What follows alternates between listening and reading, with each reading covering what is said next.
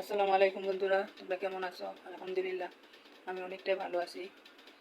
তো তোমরা যে যেখান থেকে আমার ভিডিওটা দেখতেছো, প্রথম থেকে শেষ পর্যন্ত দেখো আর আমার পাশে থেকো।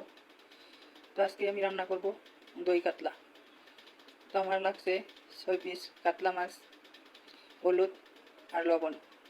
সবগুলো আমি ভালোভাবে মেখে নিয়ে পাশে আমি ফ্রাই প্যানে তেল গরম করতে দিয়েছি। তো মাছগুলো আমি হালকাভাবে ভেজে নিব, এপিট ওপিট করে।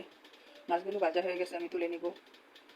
আর ওই তেলেই দিয়ে দিব আমি আস্ত মশলা, দারচিনি, এলাচি, তেজপাতা, লবঙ্গ আর গোলমরিচ। আর দিয়ে দিব 1 কাপ পেঁয়াজ বাটা। সবগুলো আমি হালকা হাতে নাড়াচাড়া করে ভেজে নিয়ে তেল ছাড়িয়ে আসলে দিয়ে দিব আদা রসুন বাটা। ওগুলো আমি হালকাভাবে ভেজে নিয়ে দিয়ে দিব বাদাম বাটা। বাদামের সাথে আমি পোস্তদানা আর মৌরি দিয়েছি। হালকা ভেজে নিয়ে দিয়ে দিব লবণ আর দিয়ে দিব সামান্য পানি, বাদামের বাটি দেওয়া পানি।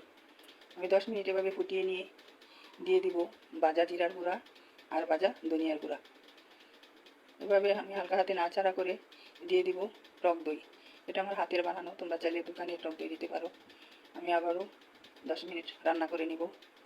এখন আমি কিছু কাঁচামরিচের ফালি দিয়ে নাড়াচাড়া করে মাছগুলো দিয়ে ঢাকনা দিয়ে ডেকে আবারও কিছুক্ষণ রান্না করে নিব, মাছটার ভিতরে যাতে মশলা পৌঁছায়।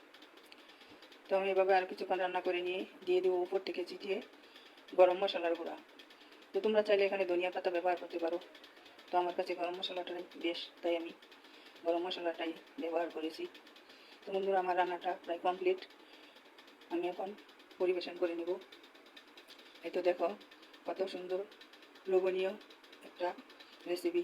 যদি তোমাদের কাছে আমার ভিডিওগুলি ভালো লাগে, লাইক কমেন্ট শেয়ার করবা, ফেসবুক পেজটা ফলো দিবা, ইউটিউব চ্যানেলটা সাবস্ক্রাইব করবা। আর আমার মতো ওইভাবে খুব তাড়াতাড়ি রান্না করে নিও।